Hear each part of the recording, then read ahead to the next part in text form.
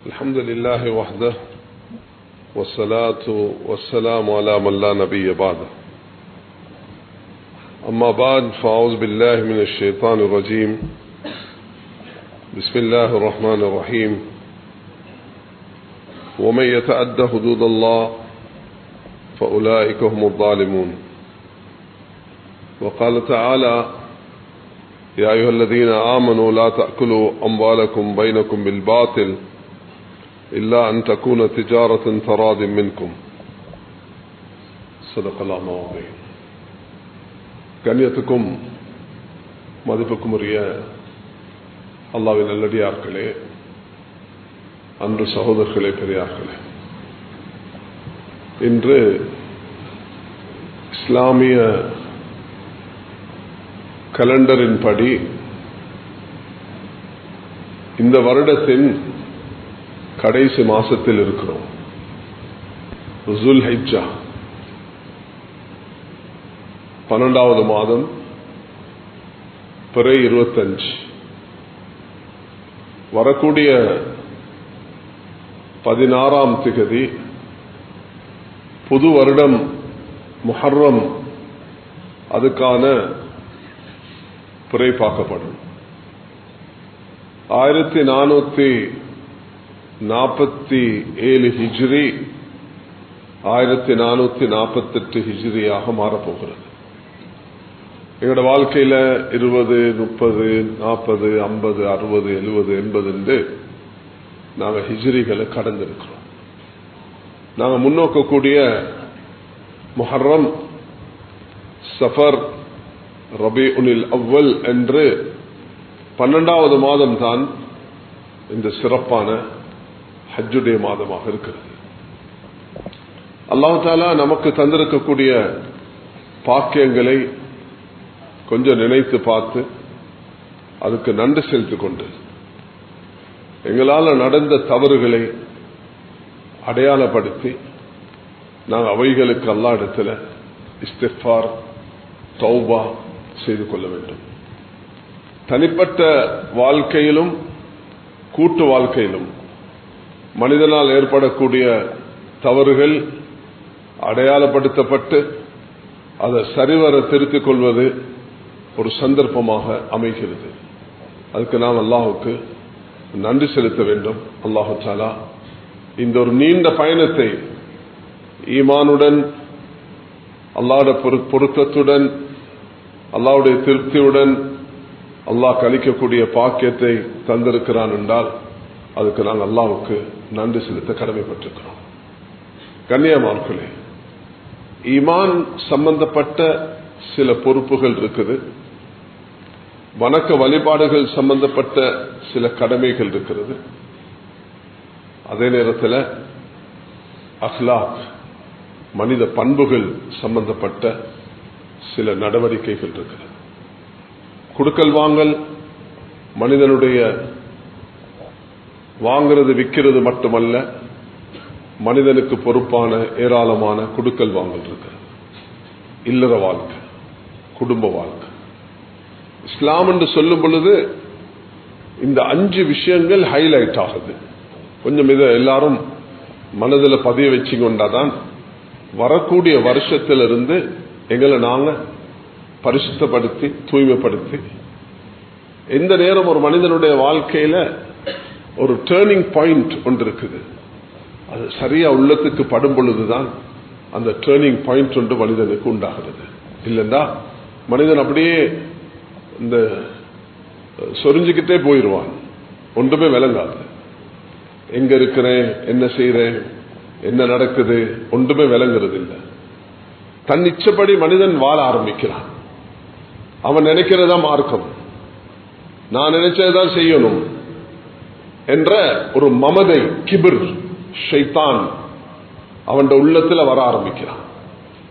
அவன் வழி தவற வைக்கிறான். ஷைத்தான் யஜ்ரி ஃபில் இன்சானி மஜ்ரத் தம், அது கொள்கை ரீதியாக வரக்கூடிய செயல்களையும் தட்டிட்டு போயிடுவான்.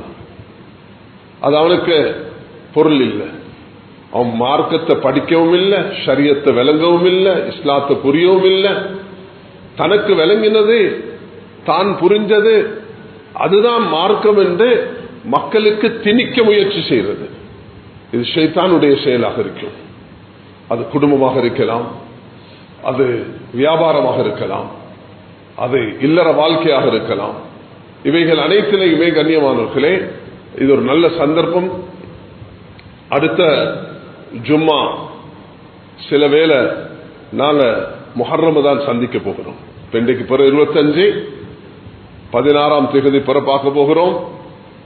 அப்ப முஹர்ரமுடைய பிற தென்படும் பொழுது புது வருடம் ஆரம்பமாக போகிறது. ஒவ்வொருவரும் தன்னுடைய தெர்மாமீட்டரை வச்சு பரிசோதித்து பார்க்க வேண்டும். நான் என்ன செய்கிறேன்? இன்று நான் எடுத்திருக்கக்கூடிய தலைப்பு அநியாயங்கள். மனிதன் எப்படி தனக்கு தெரியாம அநியாயம் செய்கிறான், அந்த அநியாயம் எப்படி நடக்குது என்பதை தான் நான் இங்க உங்களுக்கு எனக்கும் நசீஹத்தாக முன்வைக்க போகிறேன்.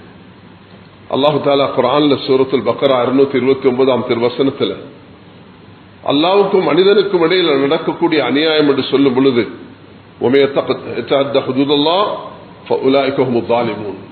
யார் வரம்புகளை மீறார்களோ அவர்கள் அநியாயம் செய்கிறார்கள், அநியாயக்காரர்கள் என்று அல்லாஹ் தஆலா சொல்கிறான். சில நேரம் மனிதன் தனக்கே அநியாயம் செய்து கொள்கிறான், அது அவனுக்கு விளங்குறது இல்லை. அவன் பாவம் செய்கிறான், குற்றங்கள் செய்கிறான். கண்ணால, காதால, நாவால, செயலால, பேனாவால எழுத தெரியும் என்று உண்டை எழுதுறதில்லை. என்கிட்ட பேனா கிடைச்சிச்சு எழுதுறதில்லை. எழுதுறதையும் அல்லாஹு தஆலா வல் கலம், அல்லாஹ் அந்த கலமின் மீது சத்தியம் செய்திருக்கிறான். அல்லாஹு தஆலா எழுதக்கொள்ள கவனமாக ஒழுக்கம், மரியாதை, கண்ணியம் என்ன எழுதுறோம் என்றதை மனிதன் சிந்திச்சு எழுத வேண்டும். அதுல மனிதன் வழி தவறினால் பலத்த சோதனைகள் அவன் முகம் கொடுக்க வேண்டி வரும். அல்லாஹ் தஆலா சொல்கிறான், வமா ஸலமூன வலாக்கின் கானூ அன்ஃபுஸஹும் யظلمون. அவங்களோட அநியாயம் எனக்கு ஒன்றும் செய்ய போறது இல்ல, அவங்க தான் அதை பெற்றுக்கொள்ள போறாங்க. ஜினா செய்றவன் ஜினா செய்யக்குள்ள இன்பம், ஆனா அவனுக்கு எய்ட்ஸ் வரக்குள்ள அது அவனுடைய முடிவு. பிறருக்கு அநியாயம் செய்றவன் அநியாயம் செய்யக்குள்ள இன்பம், ஆனா ஆட்சியில, பதவியில, செல்வத்தில, மமதையில மனிதர்கள் வாழ்ந்த எத்தனையோ பேர் இந்த இடத்துல நாங்க பார்த்திருக்கிறோம். நான் இந்த மெம்பருக்கு ஏறினது 1988. அல்ஹம்துலில்லாஹ், அது எல்டிடியூட் பீக் டைம் 2009 1988 to 2009 அது பீக் டைம். இந்த நாட்டில் பலவிதமான அநியாயக்காரர்களை பார்த்திருக்கிறோம். இந்த நாட்டில் இந்த 35-40 வருஷத்துல அநியாயம் செய்தவர்கள் எல்லாம் நிலைச்சு நிற்கிறதில்லை. அல்லாஹ் தஆலா அவர்களுக்கு அவகாசம் கொடுக்கிறான். உம்லிலஹும் இன்ன கைதி மதீன். நாங்க பதறி பதட்டம் அடைஞ்சு நாங்க செயல்பற்றக்கூடாது. எப்பயுமே மிச்ச நிதானத்தை இழக்காம முகம் கொடுக்கிறது தான் நபியவர்களுடைய மிக முக்கியமான சுன்னத்தாக இருக்கிறது. அப்ப ஒவ்வொரு கட்டத்தை கடந்து வந்திருக்கிறோம். 83 இருந்து ஆரம்பிச்சு 93க்கு வந்து அது 2003 தாண்டி 2009 வரைக்கும் இந்த நாட்டில் நாங்கள் முகம் கொடுத்தது. அதுக்கப்புறம் 2010 இருந்து 2015 2020 என்று பல சோதனைகளை முகம் கொடுத்தோம். கண்ணியமானவர்களே, அநியாயக்காரர்கள் அநியாயம் செய்வார்கள். அந்த நேரம் அல்லாஹ் தஆலா அவர்களுக்கு அவகாசத்தை கொடுப்பான்.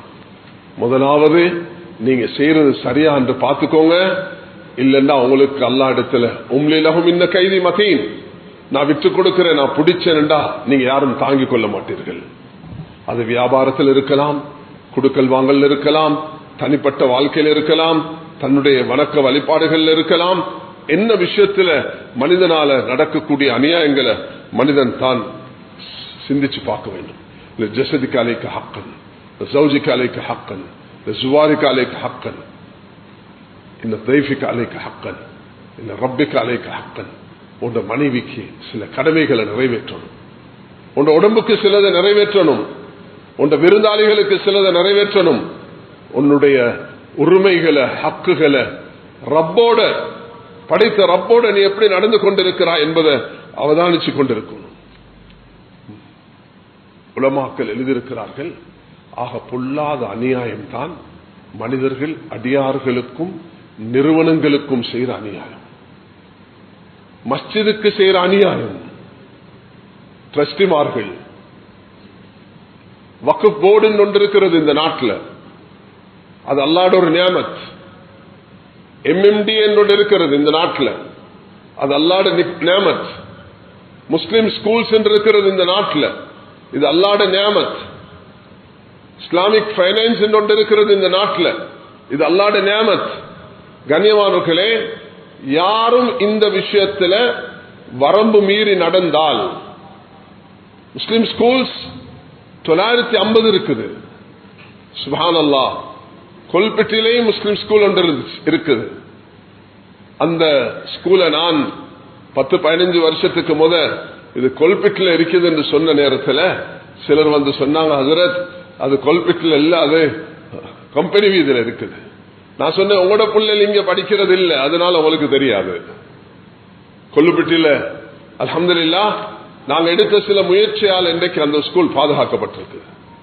தெய்வலையில ஸ்கூல் ஒன்று இருக்குது, மீலாத் ஸ்கூல். இதெல்லாம் நியாமத்துகள்.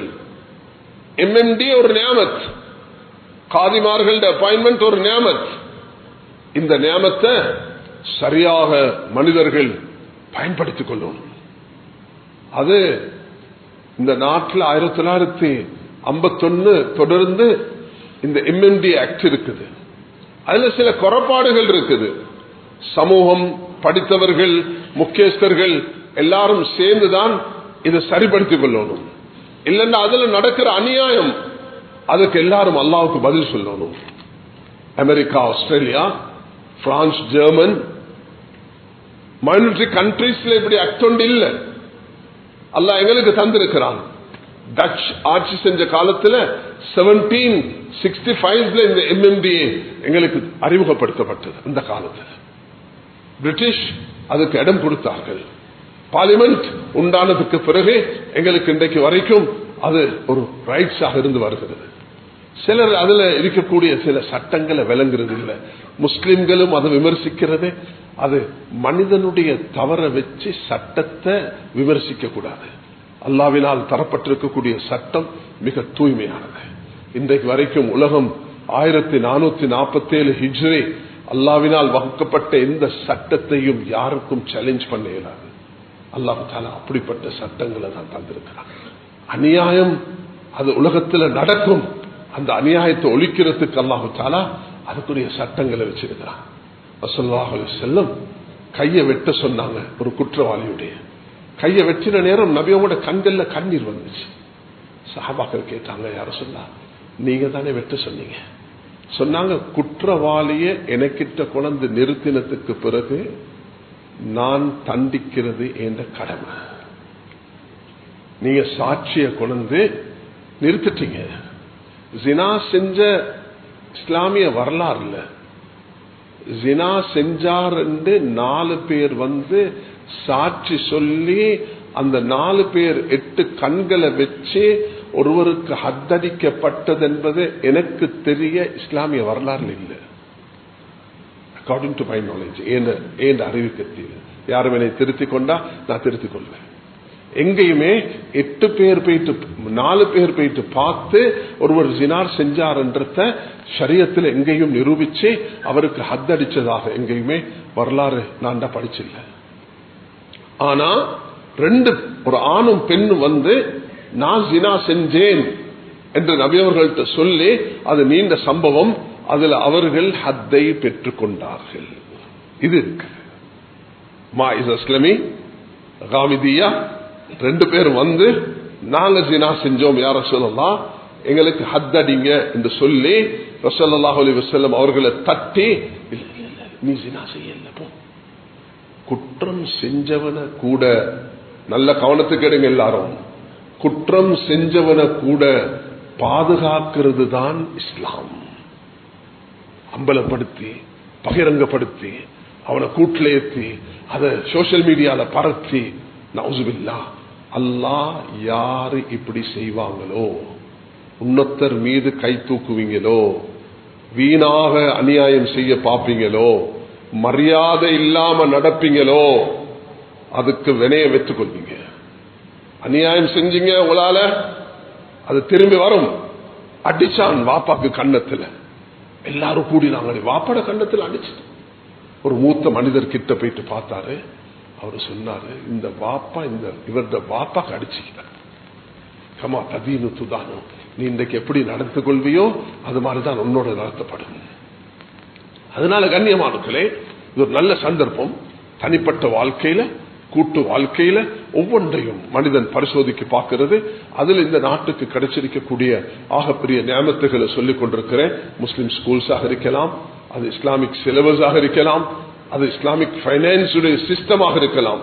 இந்த நாட்டில் அல்ஹம்துலில்லாஹ் 2010 அல்லாஹு தஆலா எங்களுடைய இந்த பேங்க் ஆக்ட்ல இஸ்லாமிக் பொருளாதாரத்தை கொண்டு வர்றதுக்கு அல்லாஹ் ஒரு சிஸ்டத்தை தந்திருக்கிறான். தகாஃபுல் சிஸ்டம் உண்டு, இந்த நாட்டுக்கு அல்லாஹ் அறிமுகப்படுத்தி தந்திருக்கிறான். அதே போல MMDA, அதுல பெண்களுக்கு சில அநியாயங்கள் நடக்கிறது. அந்த பெண்களுக்கு நடக்கூடிய அநியாயங்களை அது சட்டத்தை சரியாக நிரப்பாத காரணத்தினால, ஆண்களுக்கு சில அநியாயங்கள் நடக்கிறது, அதுல அந்த சட்டங்கள் பரிபூர்ணமாகாத காரணத்தினால், இந்த இஸ்லாமிய நாடு என்ற நாட்டில் இருக்கக்கூடிய சட்ட பரிபூர்ண தன்மை அது எங்கட நாட்டில் இருக்காது. MMDA ஆக்ட் சொல்லும் பொழுது அதுல சில ஏரியாக்கள் தான் இருக்குது, சில ஏரியா அதுல இல்ல.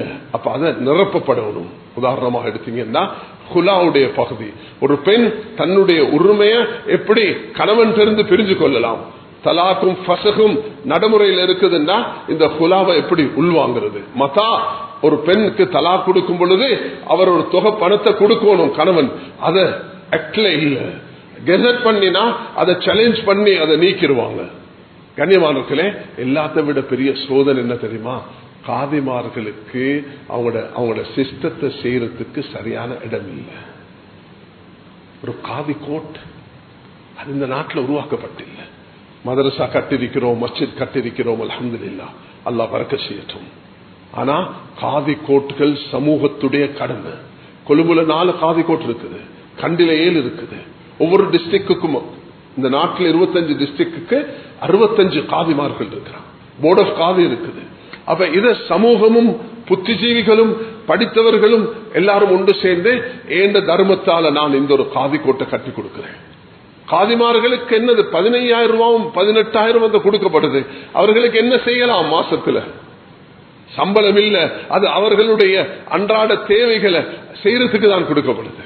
அதனால இதுல சமூகம், முக்கியஸ்தர்கள், உலமாக்கள் எல்லாரும் ஒன்று சேர்ந்து இந்த சிஸ்டத்தை கவனத்துக்கு எடுக்கணும். கண்ணியமானவர்களே, அதே போலதான் இந்த நாட்டுடைய வக்ஃப் போர்டு. அதுவும் அல்லாஹ் தஆலா 1956 இருந்து இந்த நாட்டுக்கு இந்த வக்ஃபுடைய ஒரு சிஸ்டத்தை தந்திருக்கிறான். வக்ஃப் போர்டு ஒன்று நியமிக்கப்படுகிறது. அல்ஹம்துலில்லாஹ், அந்த வக்ஃப் போர்டுல ஒரு சேர்மன், அதுல 7 பேர் இருப்பார்கள். இந்த நாட்டில் 3000 சுற்ற மஸ்ஜிதுகள், அந்த மஸ்ஜிதை நிர்ணயிக்கிறதுக்குள்ளதான் அந்த வக்ஃப் போர்டு.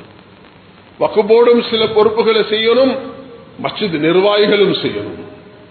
அல்ஹம்துலில்லாஹ், இந்த நாட்டில் உள்ள அதிகமான மஸ்ஜிதுகள் அல்லாஹ்வுடைய கிருபை கொண்டு ஒரு ஒழுங்கோடு, ஒரு கட்டுப்பாடோடு நடந்து கொண்டிருக்கிறார்கள். அதுக்கு சில வழிகாட்டல்கள், முன்மாதிரியான சில திட்டங்கள் வாக்கப்பட்டு வழிகாட்டப்படும் பொழுது அல்லாஹ்வுடைய உதவி வரும். வக்ஃப் போர்டுடைய ஒரு கடமையில உள்ளதுதான் பிரஸ்டிமார சரியான அடையாளப்படுத்தி நியமிக்கிறது. செலக்ஷனும் இருக்கும், எலெக்ஷனும் இருக்கும். செலக்ஷனும் இருக்கும், எலெக்ஷன்.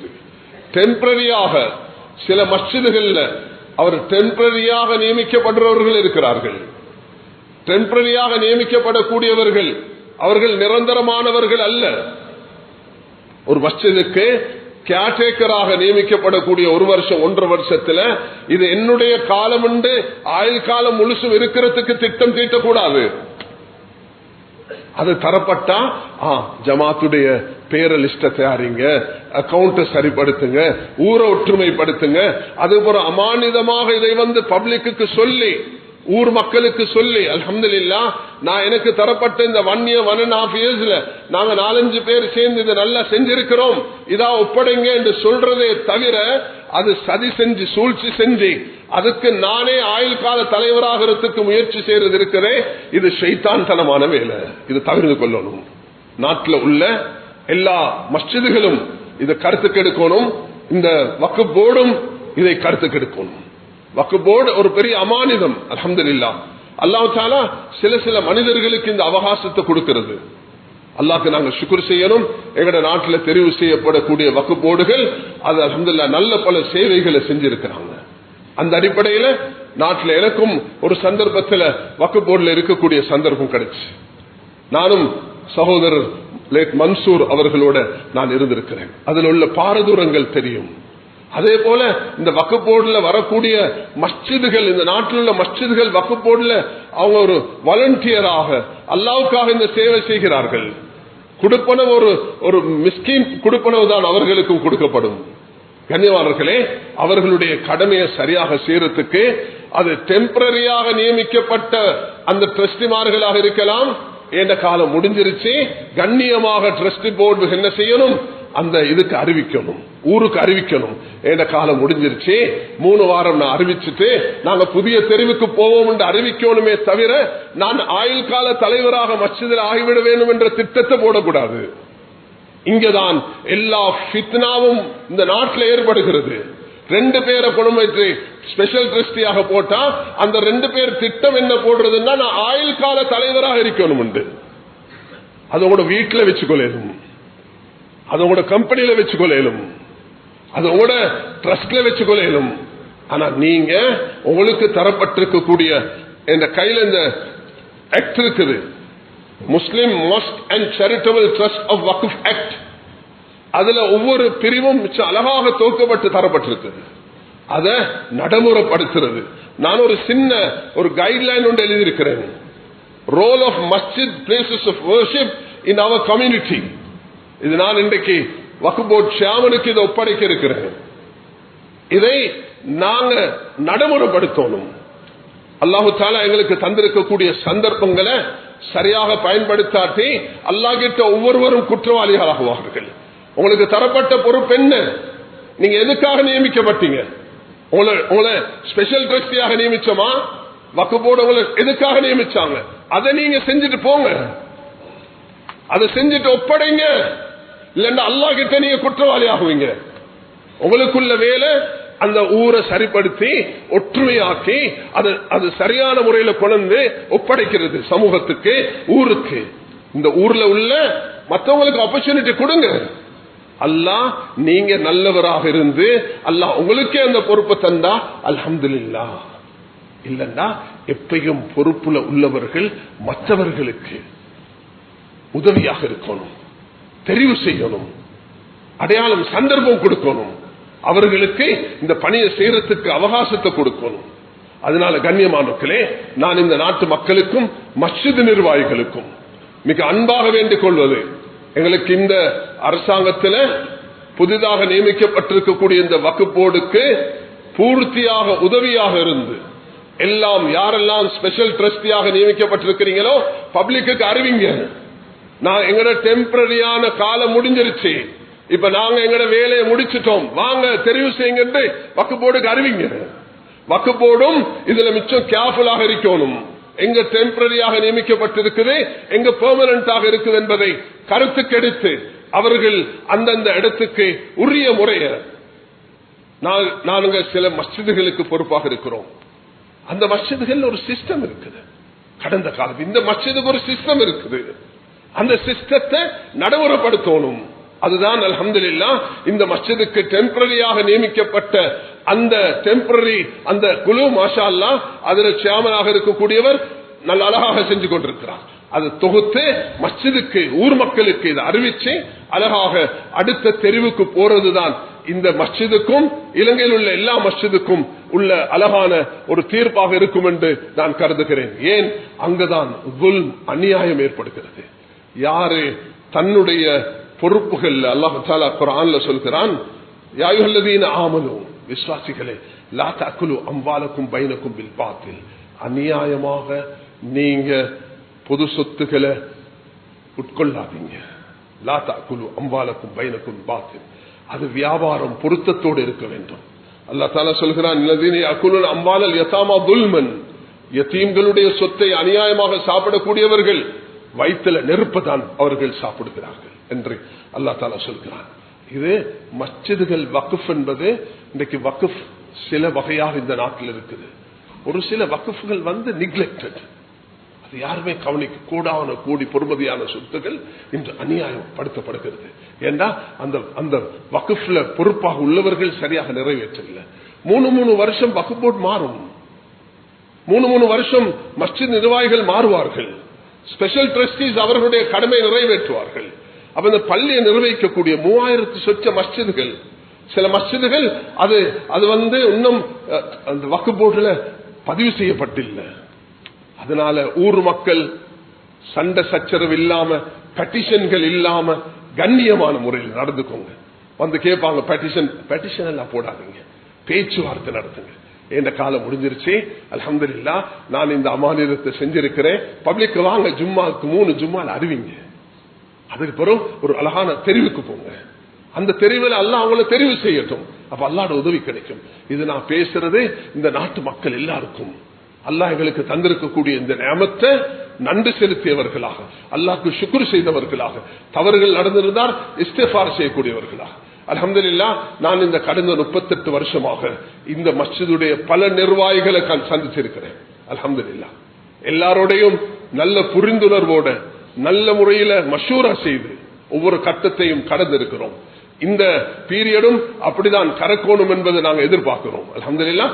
நல்ல பல வேலைகளை செஞ்சு கொண்டிருக்கிறீங்க.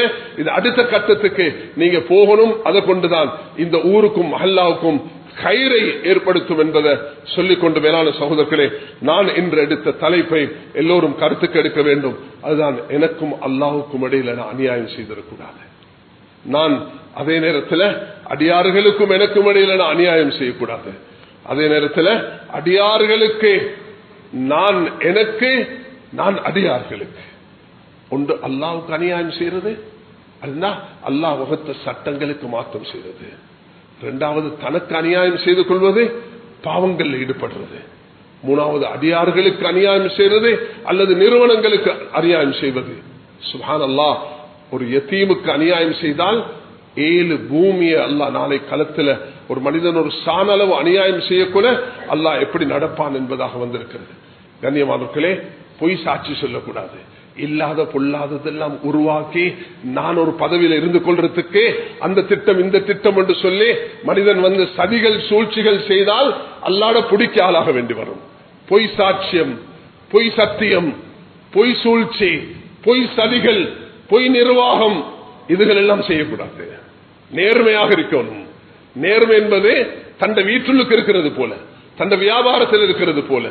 தான் எனக்கிட்ட பலரும் வருவாங்க, பல நிறுவனங்கள்ல நான் இன்டெலிஜென்ஸ்ல இருந்து வந்திருக்கிறேன், நான் இந்த போலீஸ்ல இருந்து வந்திருக்கிறேன்.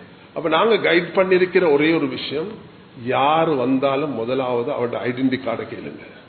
நீ இன்டெலிஜென்ஸா, நீ போலீஸா, நீங்க பயப்படுத்தி கொண்டு இல்லை. யார் காட்டுறாரு, அவர் எக்ஸ்பயர்ட், அவருக்கு கொடுத்த காலமே முடிஞ்சு. காலம் முடிஞ்ச ஒருவர் அவருக்கு என்ன ரைட் செய்கிறது இதுல பேசுறதுக்கு? ஒரு இன்டெலிஜென்ஸ் ஆக இருக்கலாம், அவருக்கு முந்தி கொடுக்கப்பட்ட வக்ஃப் போர்டில் இருக்கிறார், மஸ்ஜிதில் இருக்கிறார், அவருடைய காலம் முடிஞ்சிருச்சு.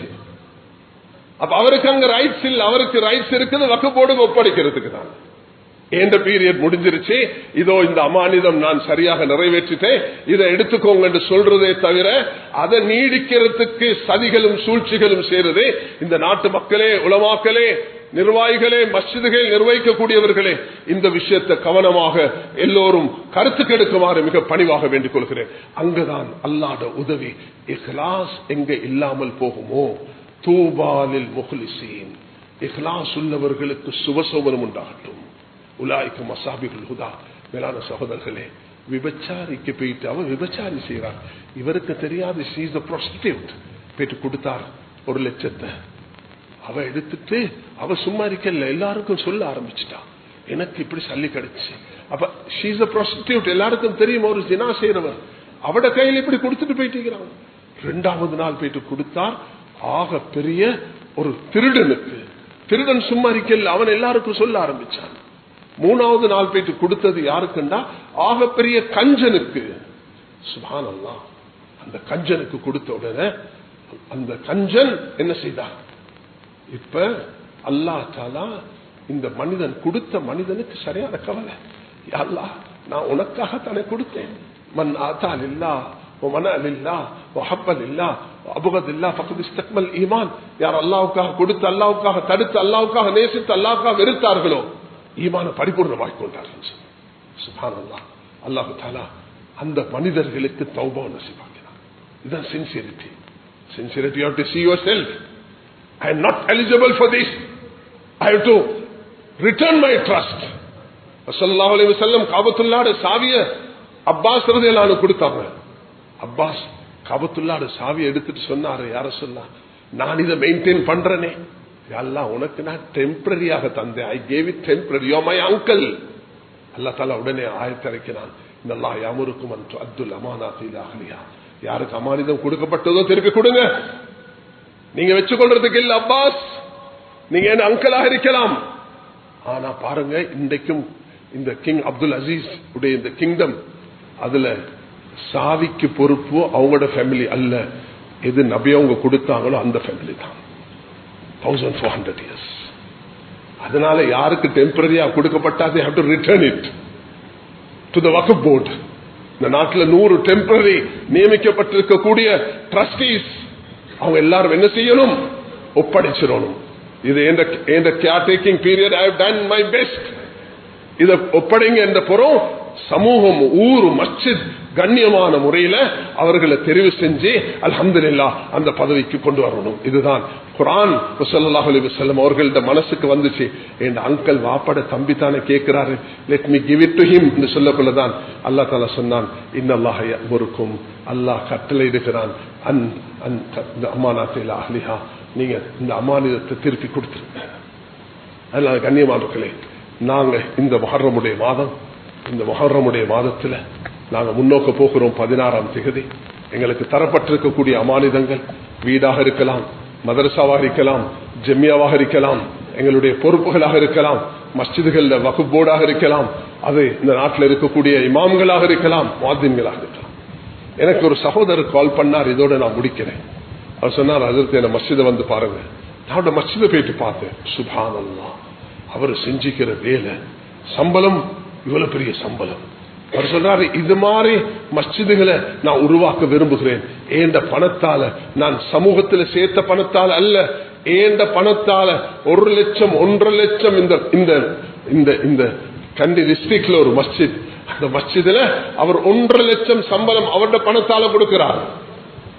யாரும் ட்ரஸ்டிமார்கள் வந்து இப்படி செஞ்சாங்கன்னா அங்கதான் ஊரும் மக்களும் அவரை மதிப்பாங்க என்று அல்லாஹ் சொல்றான் தானே.